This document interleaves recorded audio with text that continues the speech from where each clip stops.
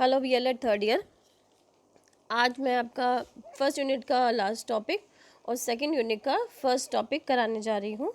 तो इसी के संबंध में पहला जो आपका यूनिट का लास्ट टॉपिक है वो नेशनल और इंटरनेशनल इंटीग्रेशन इंग्लिश भाषा के द्वारा इसके बारे में बताया गया है। तो इसमें हम जब बात करते हैं तो पहले आइए इंटरनेशनल इंटीग्रेशन की बात कर लेते हैं। इंटरनेशनल इंटीग्रेशन मतलब वैश्विक एकता या वैश्विक भाईचारा, इस जिसे कहेंगे हिंदी में। तो अंग्रेज़ी के ज़रिए वैश्विक भाईचारा कैसे हो सकता है कि आप अपने सबसे पहले तो विचारों का आदान प्रदान अंग्रेज़ी में ही कर सकते हैं अगर आप इंडिया से बाहर कदम रखते हैं तो।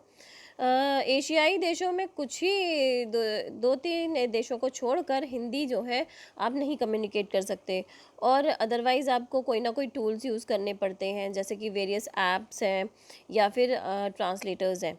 तो वो हर एक लैंग्वेज हर एक जगह हर एक प्लेस पे काम नहीं कर सकते हैं, है कि नहीं। आप स्टोर पे जाते हैं, ख़रीदने जाते हैं, बाज़ार जाते हैं, एयरपोर्ट पे जाते हैं, तो आपको वैश्विक अगर जो है स्तर पर कहीं जो अगर भारत को भी कोई इवेंट करता है तो भी हम देखते हैं कि सेंट्रल गवर्नमेंट जो है अपनी सारा कामकाज जो है अंग्रेज़ी में करती है।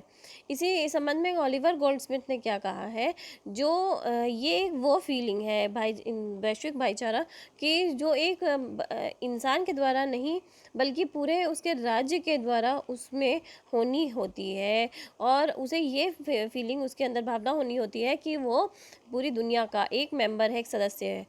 तो इस प्रकार से वॉल्टर ने भी कहा है और अप्रेज़ किया है कि मैन को, इंसान को जहाँ जहाँ जाए उसे दूसरे इंसानों को अप्रेज़ करते रहना चाहिए, प्रशंसा करनी चाहिए उनके अच्छे कार्यों की, और बढ़ावा देना चाहिए। अब हम आते हैं स्कूल में इंटरनेशनल इंटीग्रेशन कैसे बढ़ा सकते हैं। यूनेस्को ने कहा है कि सोशल प्रोग्रेस में लिटरेचर का बड़ा हाथ है, यानी अंग्रेज़ी भाषा के ज़रिए हम इंटरनेशनल इंटीग्रेशन बहुत ज़रूरी करा सकते हैं, जैसे कि आर्ट के थ्रू। आर्ट में हम जो है इन्वॉल्व कर सकते हैं, आर्ट कंपटीशन, आर्ट एग्जीबिशन लगा सकते हैं, और इसमें इंग्लिश का जो है वो स्कोप्स हैं, फोनेटिक्स हैं, इस तरीके की जो भाषाई चीज़ें हैं, और जो जैसे आजकल कोरोना वायरस पे चल रहा है तो अंग्रेज़ी भाषा के ज़रिए हम इसे बढ़ावा दे सकते हैं। सेकंड आता है लैंग्वेज। लैंग्वेज एक बहुत पावरफुल और पीसफुल वेपन भी है, जो कि आप जहाँ पे कहते हैं जहाँ पे तलवार काम नहीं करती वहाँ पे कलम काम करती है।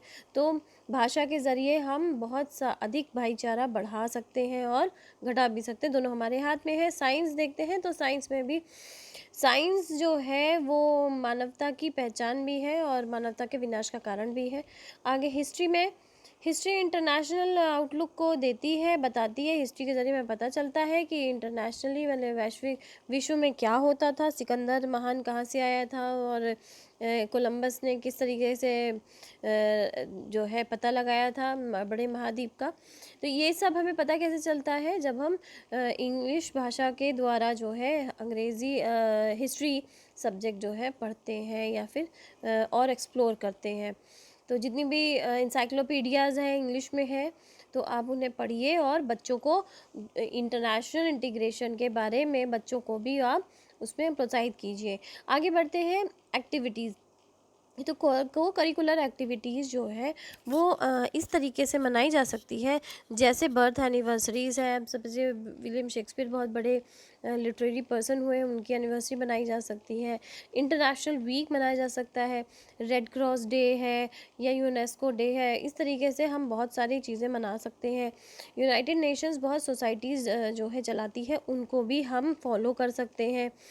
हम एग्ज़िबिशन लगा सकते हैं अंग्रेज़ी भाषा के किसी मतलब अंग्रेज़ी भाषा को यूज़ करके कोई भी आप सब्जेक्ट ले सकते हैं, और इस तरीके आगे एग्ज़िबिशन लगा सकते हैं, ड्रामा बना सकते हैं, रोल प्ले करा सकते हैं। उन ड्रामाज़ के ज़रिए बच्चों को अंग्रेज़ी का डर जो है वो भागेगा, और वो उसको समझ के पहले तो समझेंगे, उसके बाद में उसमें इंटरेस्ट लगाएंगे। तो इंटरनेशनल हम गेम्स रख सकते हैं, न्यूज़ अदर दूसरे देशों के समाचारों को हम प्रस्तुत कर सकते हैं डेली अपनी प्रेयर में। तो इसके ज़रिए हम इंटरनेशनल इंटीग्रेशन को बढ़ावा दे सकते हैं। फ़ेस टू फ़ेस कॉन्टैक्ट्स में हम कल्चरल और स्टडी टूर ले जा सकते हैं, यानी कि आप बाहर विदेश में, जैसे आप स्कूल में पढ़ाने जाएंगे तो आप विदेश में अपने टूर या एक्सकर्जन्स को ले जा सकते हैं। फिर इंटरनेशनल यूथ फेस्टिवल वगैरह भी इसमें बड़े अच्छे रोल प्ले करते हैं। अब आते हैं नेशनल इंटीग्रेशन पे, यानी राष्ट्रीय एकता में भाषा की उपयोगिता या अंग्रेज़ी भाषा की उपयोगिता पे। तो आपको मैंने पिछली क्लास में बताया था कि 1963 में ये बिल पास हुआ था कि हिंदी जो है वो राष्ट्रभाषा के साथ साथ पत्राचार और ऑफिस कार्यालयों की समस्त की भाषा रहेगी। लेकिन साउथ इंडिया के लोगों के द्वारा ऑब्जेक्शन उठाए जाने के कारण जो है 1967 में 1967 में इसे जो है अमेंडमेंट किया गया इसमें, और इसमें क्या हो गया, बाइलिंगुअल हो गया, यानी कि आप अंग्रेज़ी में भी काम कर सकते हैं। ठीक है, तो हर स्टेट का अपना एक अलग है, लेकिन राष्ट्रीय भाषा तो हिंदी ही रहेगी, लेकिन आप अंग्रेज़ी में सेंट्रल गवर्नमेंट से कम्युनिकेट और ऑफिस का काम कर सकते हैं। तो हम देखते हैं कि जो भाषा है वो हमारे राष्ट्रीय एकता बढ़ाने में और घटाने में, दोनों में महत्वपूर्ण रोल प्ले करती है। क्योंकि देखिए, आचार्य कृपलानी ने क्या कहा था कि ये एक विचारणीय चीज़ है और शोभनीय चीज़ भी है कि भाषा के द्वारा लोग अलग भी किए जा सकते हैं और भाषा के ही द्वारा लोग जो है एकजुट हो भी सकते हैं। तो जैसे कि मैंने बताया था लास्ट टाइम आपको कि लोग दक्षिण भारत के लोगों द्वारा आपत्ति उठाए जाने के बाद जो है अंग्रेज़ी भाषा, उनने कई सारे लोगों को, बहुत सारे मतलब 70% लगभग लोगों को जो है अपनी क्षेत्रीय भाषा आती है और उसके बाद अंग्रेज़ी आती है। तो उनके द्वारा ये सब कदम उठाए गए, जिसके जो है हम इसी प्रकार देखते हैं कि अंग्रेज़ी भाषा को हम अगर सही तरीके से यूज़ करें, अपने राष्ट्रीय एकता बढ़ाने में यूज़ करें, स्कूलों में उसका सदुपयोग करें और स्वयंसेवी संस्थाएं उसका उपयोग करें, सोशल एक्टिविटीज़ में बढ़ाएं, तो हम नेशनल इंटीग्रेशन बहुत अच्छे से आगे ले जा सकते हैं। इसी में जो है हम जो दूरवर्ती हमारे राज्य हैं उनसे भी हम कांटेक्ट है, संपर्क स्थापित कर सकते हैं, अपने यहाँ से टूर ले जा सकते हैं बच्चों का, और उनके भी फेस्टिवल्स को हम अच्छे से सेलिब्रेट करवा सकते हैं स्कूलों में। तो इसके द्वारा क्या बढ़ता है, नेशनल इंटीग्रेशन, यानी कि राष्ट्रीय भावना का विकास होता है। अब आ जाती हूँ आपके सेकेंड यूनिट के फर्स्ट टॉपिक पे। तो ये है साउंड्स। तो साउंड जो है दो प्रकार की हमने बतानी है आपको, जिसमें प्रोनाउंसिएशन यानी कि उच्चारण पे डिपेंड करता है कि आप किस प्रकार की साउंड उत्पन्न कर रहे हैं। ठीक है, तो हमारा गले से लेके और मुंह तक का जो सिस्टम होता है वो पूरा वोकल सिस्टम होता है। ठीक है, आगे देखते हैं। तो इसमें ये देखिए, ये है हमारे साउंड के पूरा सिस्टम। ये जितने भी हैं, या जितने भी लेबल्ड ऑर्गन्स हैं जिनमें लेबलिंग की गई है, ये सारे साउंड के सिस्टम है। इनसे सबसे हम आवाज़ निकलती है, इधर आर्टिकुलेटर्स भी कहते हैं।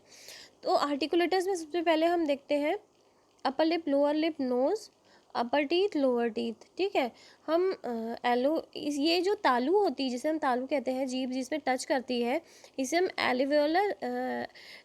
एल्वियोलर रिज कहते हैं। ठीक है, आगे की तरफ जहाँ टच करती है, जो पीछे की तरफ हार्ड होती है उसे हार्ड पैलेट कहते हैं। उसके बाद हम टंग है, टंग का बहुत महत्वपूर्ण योगदान है, आपको सबको पता है। आगे बढ़ते हैं सॉफ्ट पैलेट, जो पीछे आप जीभ अपनी टर्न कर ट्विल करके देखिए, और पीछे जो मुंह में अंदर सॉफ्ट से पार्ट है उसे सॉफ्ट पैलेट कहते हैं। ठीक है, यहाँ पर आते हैं लास्ट, ये जो है फूड दो जा रहे हैं पाइप्स, देख रहे हैं आप आपके गले में। तो एक तो एयर पाइप है जहाँ लैरिंक्स है, और दूसरे आपका फूड पाइप है। ठीक है, जो बिल्कुल ओपन है। तो आपका जो लैरिंक्स है, जब आप खाना खाते हैं तो इसमें बंद रहता है। कहाँ, ये एयर वाली ट्रैक पे बंद रहता है, लेकिन जब आप खाना खा के बोल रहे होते हैं तो ये खुल जाता है। इसीलिए कहते हैं खाना खाते समय बात नहीं करनी चाहिए।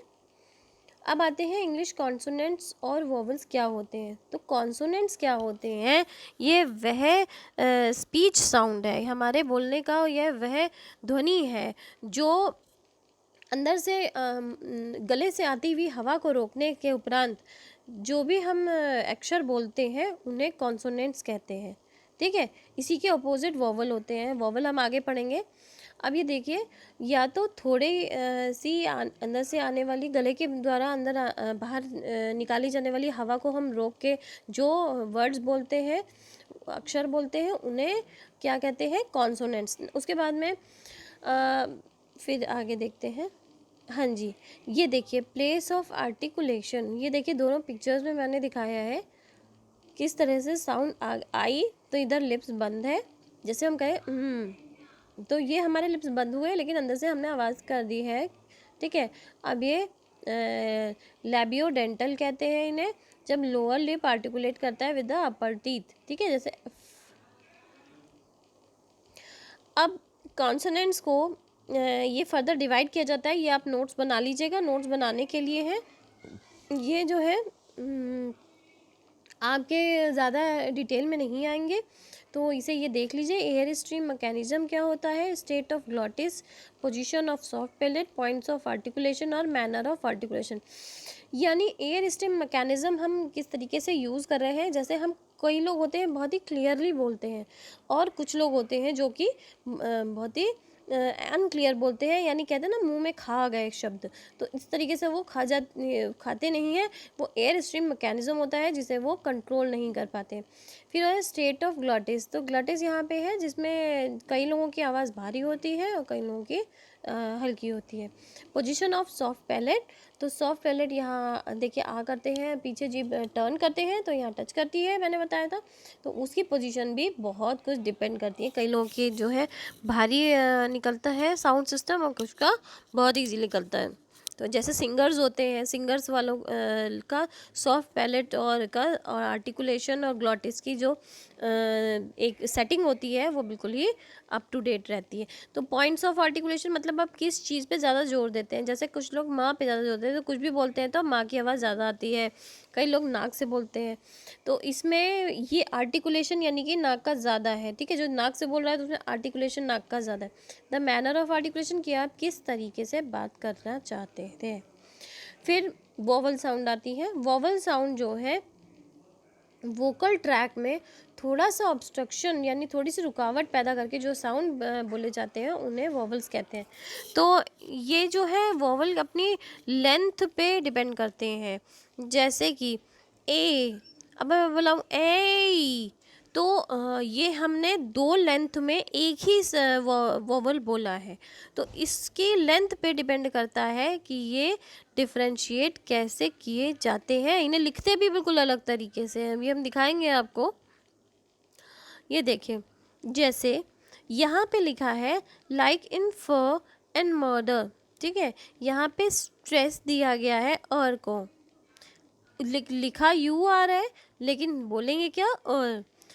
इधर मर्डर और मदर, ये देखिए हमने दो ये देखिए बीच में यू है, आर के साथ यू है और आर के साथ ई है ना, दोनों वोवल है ना यू और ई, तो वो आर के साथ इसलिए इस्तेमाल किए हैं कि इनमें डिफरेंस पता चल जाता है। एक में जो है मर्डर, ठीक है, एक में फ मर्डर, और यहाँ पे मर्डर, यहाँ पे और अलग है और एर अलग है, यहाँ पे मर्डर मर्डर, ठीक है। तो ये डिफरेंस आपको पता रखना है। क्लासिफिकेशन के तौर पे हम वॉवल्स को 3 पार्ट्स में डिवाइड करते हैं। 3 में पहला है देखिए फ्रंट वॉवल्स, जो कि आगे से टंग के ट्विस्ट करके जो है टंग रेज की जाती है, हार्ड पैलेट में टच की जाती है, तब बोले जाते हैं, ठीक है। जैसे आगे बढ़ते, central vowel. Now central vowel जो है जिसमें ना हम टंग को टीथ से टच करते हैं और ना ही अंदर गले से आवाज़ निकालते हैं, जो कि बीच से की आवाज़ निकाले जाते हैं, ठीक है।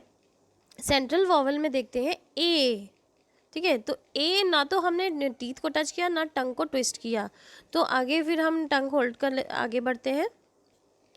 सेंट्रल वॉवल के अलावा जो है और बहुत से इसके प्रकार हैं, लेकिन हमें अभी इतने ही पढ़ने हैं, और ये जो मैंने नोट्स दिए हैं इनको आप अच्छे से राइट डाउन करना, और टिल देन ये आपके हो गए हैं फर्स्ट चैप्टर सेकंड यूनिट का, फिर आगे स्टार्ट करते हैं। Okay, take care, bye.